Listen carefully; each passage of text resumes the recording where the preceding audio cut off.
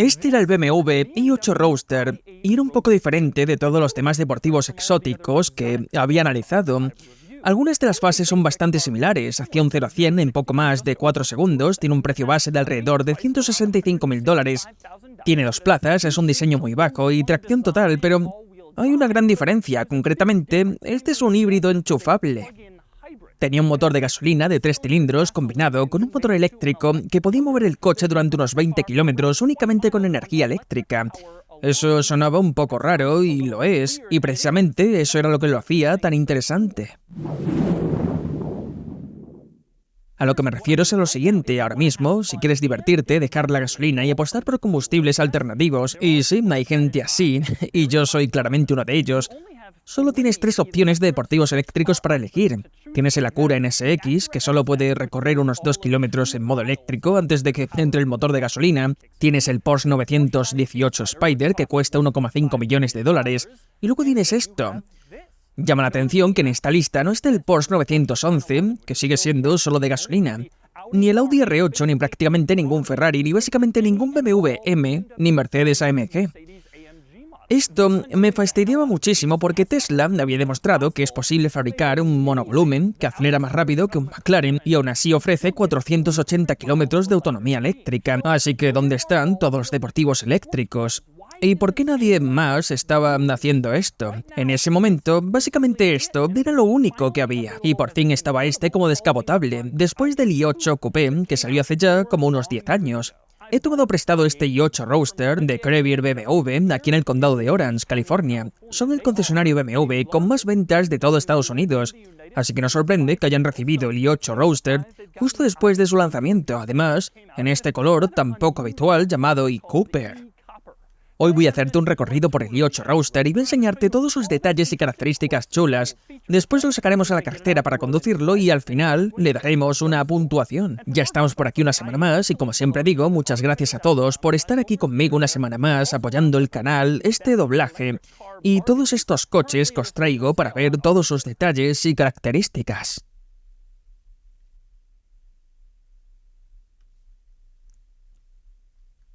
Voy a empezar por aquí atrás con mi detalle de diseño favorito del i8, que es el hecho de que la línea del techo baja por aquí y el paso de ruedas sube por aquí, pero no llegan a encontrarse. En lugar de eso hay un hueco, es fluido y el aire puede pasar a través de él para mejorar la aerodinámica y creo que es uno de los detalles más chulos que tiene este coche. Cuando ves este coche de perfil puedes pensar que no hay ningún hueco ahí, pero cuando lo miras desde este ángulo te das cuenta de que sí lo hay y es un truco de diseño muy ingenioso y de cómo termina en la parte trasera. Concretamente hay una pequeña abertura aquí.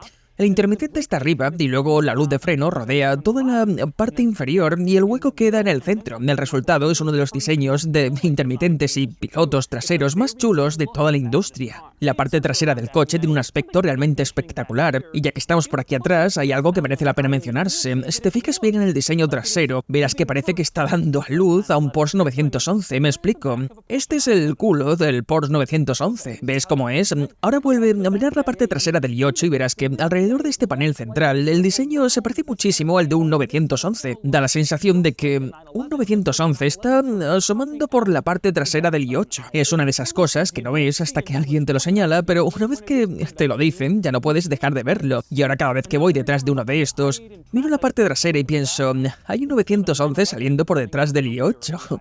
Pasamos a lo que quizás es la característica trasera más loca del i8 y eso sería el escape. Fíjate en esto, el i8 tiene doble salida de escape trasera, a pesar de que solo lleva un motor de gasolina de 3 cilindros. Y si te parecía exagerado llevar doble escape, estás en lo cierto, porque solo el del lado del acompañante es un escape funcional, el del lado del conductor tiene un altavoz dentro. Sé lo que estás pensando, sí, ya sé que muchos fabricantes meten sonidos falsos en el habitáculo con altavoces, incluso a través del sistema de escape. Eso es bastante habitual. No, esto no es para el interior, es para el exterior. Cuando aceleras a fondo en el i8, el altavoz dentro del escape, del lado del conductor, emite sonido hacia afuera para que el coche parezca más ruidoso y agresivo de lo que realmente es. Así que una de las salidas del escape del i8 no es en realidad una salida de escape, sino un altavoz para mejorar el sonido del motor de cara a los peatones. Es una de las cosas más raras que he oído nunca. Siguiendo por el lateral, otro detalle interesante del i8 es que el i8 Roadster lleva la palabra Roadster en este pequeño panel detrás de las ventanillas delanteras para dejar claro que no es la versión básica y aburrida con el techo fijo. Esto no es nada especialmente raro, muchos fabricantes lo hacen, lo curioso es que ahora el coupé también pone coupé. Me resulta extraño porque normalmente los coupés no presumen de ser coupés, eso suele ser lo normal, y luego pagas más si quieres una carrocería especial, pero el i8 sí presume. Lo gracioso es que es muy fácil distinguir un i8 coupé de un Roadster, ya que el Roadster tiene un techo de lona que se pliega y el coupé tiene un techo metálico fijo. Pero por si todavía necesitas ayuda, BMW te lo deja claro poniendo coupé en el coupé y Roadster en el Roadster. Pasamos al frontal del i8, donde hay un par de detalles curiosos. Uno de ellos es que las parrillas delanteras del BMW en este coche son falsas. En los BMW de gasolina, obviamente, las parrillas son importantes para llevar aire al motor, pero en este coche el motor está en el centro y es pequeño, así que no las necesita. Aún así las tiene, pero son de plástico y están ahí solo por estética, para que el coche conserve el aspecto clásico de un BMW igual que los modelos de gasolina. Es bastante curioso. Pero con el motor atrás, quizás te estés preguntando qué hay exactamente aquí delante, y la respuesta es que nunca lo sabrás porque BMW no te deja abrir esto. Necesitas herramientas especiales para abrirlo porque aquí debajo está el motor eléctrico y también muchos cables de alto voltaje, y BMW asume que si lo abres probablemente dañarás algo, lo cual, sinceramente, pasará seguro. Otro detalle interesante aquí delante es esta salida de aire. Esta abertura sirve para disipar el calor, y en los primeros modelos del i8 era mucho más grande, pero BMW se dio cuenta de que era tan grande que enviaba mucho aire caliente del motor eléctrico directamente al habitáculo del Roadster. Así que cuando lanzaron el Roadster hicieron esta abertura mucho más pequeña y rediseñaron el flujo de aire para que ya no entre aire caliente en el interior cada vez que llevas el techo bajado. Ahora pasamos a las puertas, que son destacables porque no son las típicas puertas aburridas de un coche normal. No, el i8 tiene puertas de coche cool. Se abren hacia arriba así, y tienes que admitir que eso mola bastante. Para abrirlas, metes la mano en este hueco escondido detrás de la puerta, hay un tirador ahí, y entonces se abre y la puerta se eleva para que todo el mundo vea lo cool que eres. Con la puerta abierta hay un par de detalles interesantes que merece la pena comentar. Uno de ellos es cómo se vuelve a cerrar. En lugar de tener que agarrar la puerta aquí y dejar huellas por todas partes, BMW ha colocado un pequeño hueco de plástico justo aquí, el mismo que usas para abrirla. Así puedes meter la mano ahí, cerrarla y la puerta sigue viéndose limpia. Otro detalle curioso de la puerta es que tiene una cerradura para llave, pero está oculta, obviamente no la ves cuando miras el coche de lado, pero si te acercas al lado del conductor hay un pequeño bombín escondido en ese hueco. Así que si el mecanismo electrónico falla o se agota la batería del mando, puedes usar una llave manual para abrir las puertas del i8. Ahora, quiero hablar de entrar en el i8, que es más difícil de lo que podrías pensar. Este coche tiene un chasis de fibra de carbono, y en los coches con este tipo de chasis, el umbral de la puerta suele ser bastante alto para aumentar la rigidez. Este coche no es una excepción. De hecho, tiene 4 umbrales distintos, cuéntalos, 1, 2, 3 y 4. Y tienes que pasar por encima de todos ellos cada vez que entres. Así que acceder al interior no es nada fácil, como voy a mostrar. Y por supuesto, la puerta está justo aquí, lo que lo hace todavía más complicado. Ahora bien, entrar no es tan difícil, lo complicado es salir. No tengo muy claro cuál es la mejor manera de hacerlo y básicamente sacas las piernas y te incorporas, pareciendo un completo idiota después de haber quedado tan guay abriendo la puerta. Pero ese es el precio que pagas por el diseño. Hablando de salir, eso también es una rareza, porque este coche no tiene una maneta tradicional como la mayoría. En su lugar, hay un botón cerca de la parte delantera del panel de la puerta que pulsas y la puerta se abre electrónicamente y se eleva, para que puedas salir fácilmente. Eso es un sistema electrónico, pero ¿qué pasa si falla? Pues por suerte, también hay un tirador manual más arriba en el panel de la puerta. Si la parte electrónica no funciona, tiras de eso y aún así puedes salir del i8. Pero más allá de abrir la puerta para salir, quizás te preguntes cómo la cierras una vez que estás dentro, porque está bastante lejos y es enorme. Pues BMW pensó en eso. Hay un asa muy resistente en la parte baja del panel de la puerta y simplemente agarras, tiras con fuerza No se va a romper y la puerta se cierra con relativa facilidad. No es tan fácil como una puerta normal, pero lo suficientemente bien. Pero si eres como yo, probablemente te preguntes ¿por qué molestarse en cerrar la puerta? ¿Se puede conducir con las puertas levantadas? Y la respuesta es sí, se puede. Eso sí, tienes que llevar puesto el cinturón, porque si no el coche se pone automáticamente en modo parking cuando intentas arrancar. Pero si te pones el cinturón, puedes conducir con las puertas abiertas, como ya demostré cuando analicé el i8 Coupé hace ya bastante tiempo, así que echa un vistazo a esas imágenes. Sí que se puede. Obviamente no recomiendo hacer esto, teniendo en cuenta que destroza la aerodinámica, aumenta muchísimo la superficie del coche, así que no puedes meterte en sitios bajos o espacios estrechos y además está el evidente riesgo para la seguridad. Pero aún así se puede hacer, por si de verdad quieres dejar muy claro que tus puertas son las más cool que, bueno, unas normales.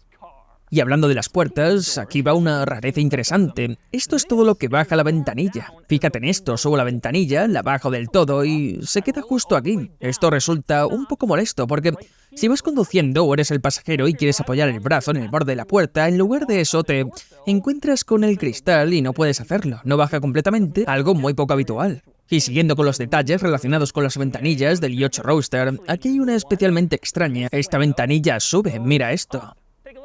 Actúa como un reflector de viento cuando el techo está bajado, de modo que el aire pasa por encima de ti y no te despeina, o puedes bajarla del todo para tener la experiencia completa a cielo abierto. Incluso cuando el techo está puesto, puedes bajar esta ventanilla y dejar que entre algo de aire en el habitáculo. El BMW Serie 6 también tenía esta función y por supuesto el Toyota 4Runner también. Es prácticamente lo único que comparte con esos coches. Pulsas un pequeño botón junto al espejo y sube o baja igual que una ventanilla lateral. Pasamos al propio techo y como puedes imaginar, un coche tan peculiar tiene un techo bastante peculiar. Voy a empezar simplemente bajándolo.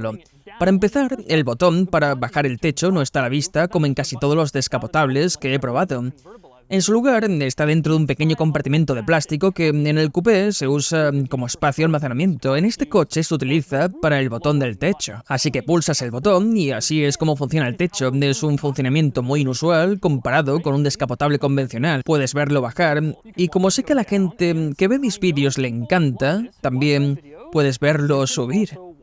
Aquí lo tienes, disfrútalo. El techo sube y así es como funciona el techo del i8 Roadster. La verdad es que merece la pena verlo porque es más raro que uno normal. Otro detalle interesante es que puedes subir la capota desde fuera del coche simplemente manteniendo pulsado el botón de cierre en el mando. Pulsas el botón, lo mantienes presionado el tiempo suficiente, el techo se cierra y las ventanillas suben, lo que te permite cerrar completamente el coche sin tener que volver a entrar y pulsar el botón interior para subir la capota. Muy buena idea. Ahora puede que te preguntes dónde va exactamente el techo, pues obviamente va un compartimento de almacenamiento aquí atrás perfectamente diseñado para alojarlo. Pero más importante aún, va al lugar donde estarían los asientos traseros. En el coupé hay dos plazas traseras y en el Roadster han tenido que eliminarlas para dejar espacio al techo cuando está bajado. La ventaja de esto es que al eliminar los asientos traseros han conservado el maletero, así que el i8 Roadster tiene exactamente el mismo tamaño de maletero que el i8 Coupé, pero pierde las dos plazas traseras, que siendo sinceros casi nadie utilizaba de todos modos. Por suerte la capota no ocupa todo el espacio detrás de los asientos delanteros, donde antes estaban los asientos traseros, ocupa la mayor parte, pero queda un pequeño hueco libre y BMW lo aprovechaba como almacenamiento. De hecho, hay un compartimento bastante grande detrás de los asientos delanteros donde puedes guardar cosas. También hay un pequeño panel de almacenamiento montado entre los dos asientos que pone i8. Está pensado solo para papeles o simplemente para quedar bien. Pasamos al maletero que está aquí atrás. Como he dicho antes, el espacio del maletero en el Roadster no se ve reducido respecto al Coupé, pero como puedes ver sigue siendo muy pequeño. La verdad es que no hay demasiado espacio de carga en este coche. No es nada práctico. Eso sí, me gusta el hecho de que, a pesar de lo pequeño que es este maletero, BMW haya tenido que instalar el tirador de seguridad obligatorio por ley, para que si alguien se queda atrapado dentro pueda salir, por si estás con la persona más pequeña del mundo y por accidente se mete en el maletero. Así tiene forma de salir. Ahora entramos en el interior del i8 Roadster, donde, como puedes imaginar, hay bastantes rarezas interesantes. La primera es simplemente la cantidad de líneas, curvas, cortes y formas que hay en el interior. Es todo un espectáculo si estás acostumbrado a interiores normales, corrientes y aburridos, como los de coches normales. Uno de mis detalles favoritos del coche es que hay un único portavasos entre el conductor y el pasajero, lo cual está bien, pero además hay otro portavasos aquí atrás. Esto es, supongo, un vestigio de cuando el coche tenía asientos traseros, que ahora ya no los tiene. Este portavasos está básicamente fuera de alcance, tienes que hacer algo así para cogerlo. Pero ahí está tu segundo portavasos para los pasajeros traseros, que ya no existe. Otro elemento interesante del interior tiene que ver con las salidas del aire del climatizador. Debido a todas estas curvas, este coche no tiene espacio para salidas de aire horizontales normales. En su lugar, hay dos para el lado del conductor y, de forma curiosa, hay otras dos en el lado del pasajero del salpicadero, en lugar de tener dos en el centro. Es algo extraño, pero encaja con este interior tan raro. Otro detalle curioso es la tapa del depósito de combustible. No es interesante por fuera, donde se abre de manera normal, pero pulsas el botón de la tapa del combustible, que está en el panel de la puerta. Justo al lado de los elevalunes eléctricos, el coche dice preparando para repostar. Si luego dice es posible repostar. La razón es que la tapa del depósito está presurizada, así que supongo que al pulsar el botón se está despresurizando. Cuando por fin está lista para que puedas abrirla, indica que ya puedes repostar y es muy poco habitual. Otro punto interesante es el almacenamiento interior. No hay demasiado, debido a las puertas tan especiales y al chasis de fibra de carbono.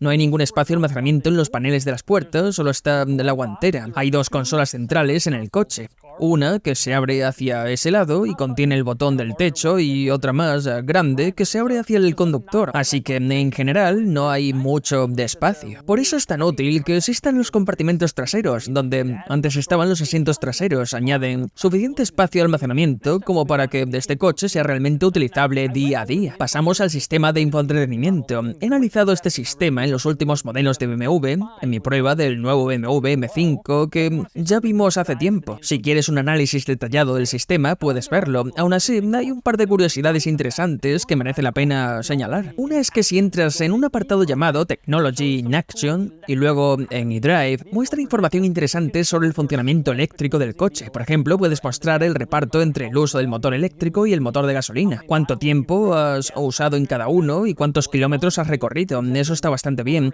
También puede mostrar exactamente qué motor está activo en cada momento, una función interesante. Otro detalle interesante es que si entras en Eco Pro Tips, este coche te da consejos sobre cómo conducir de forma más eficiente. Tienes que activar el modo Eco Pro, que es el modo más eficiente en consumo, y una vez que haces eso, aparecen consejos que te enseñan cómo conducir para ahorrar combustible al máximo. Eso no es algo que encuentres en muchos coches deportivos exóticos.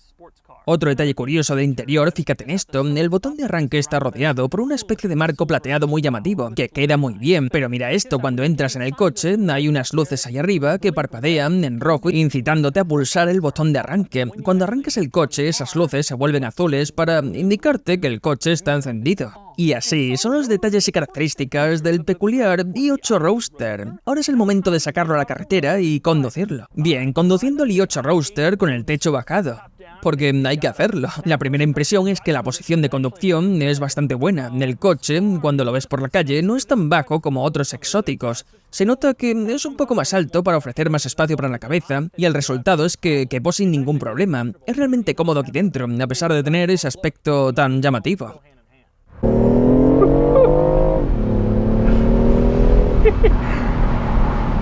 Obviamente tiene mucha potencia y se nota. En realidad, sobre el papel no tiene tanta potencia y la cifra no es espectacular, ronda los 400 caballos o así, pero la clave del coche es que, al ser eléctrico, tienes todo ese par extra del motor eléctrico que entra en acción en el mismo instante que pisas a fondo, y eso se nota mucho.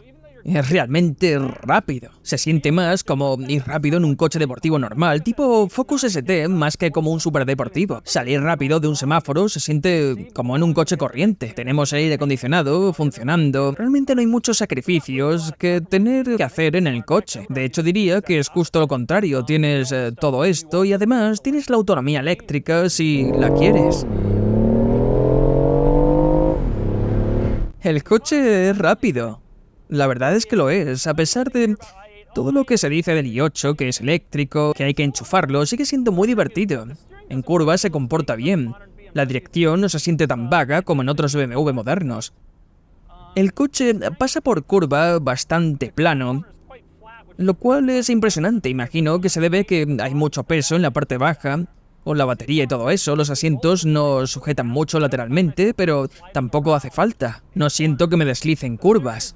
La dirección es muy buena, muy precisa, aunque no llega al nivel de una MG GTR, un Huracán o los coches más extremos del segmento. Pero es buena, la dirección es rápida, la suspensión es muy cómoda y de hecho creo que este es uno de los grandes puntos fuertes del coche. Cualquiera que lo compare con un 911 Turbo o algo parecido, creo que está perdiendo un poco el sentido. Para mí este coche es más un Gran Turismo.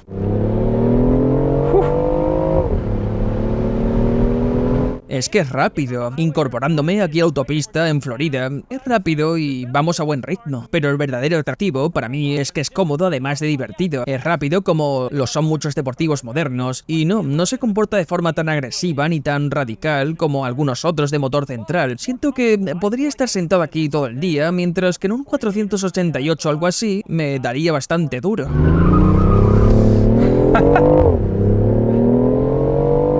Al dar la vuelta ahí, hice un giro en U y pisé un poco a fondo y el coche pierde algo de tracción a pesar de tener tracción total. No hay duda que el coche va un poco justo de neumáticos. La razón es que monta neumáticos más orientados a la eficiencia. Este es un vehículo eficiente y es un híbrido enchufable y BMW ha logrado un equilibrio interesante entre neumáticos de bajo consumo y neumáticos con agarre. Pero en el límite se nota un poco el chillido de los neumáticos. Y así, era el BMW i8 Roadster del 2019. No era el deportivo más rápido del mercado ni el diseño más nuevo, aunque seguía pensando que tiene un aspecto bastante futurista, pero demuestra que los coches eléctricos pueden ser cool y que el futuro del coche no tienen por qué ser cápsulas eléctricas que nos lleven automáticamente mientras miramos Instagram o nos echamos una siesta. Este es un coche eléctrico y también es divertido, emocionante, atractivo y un auténtico deportivo.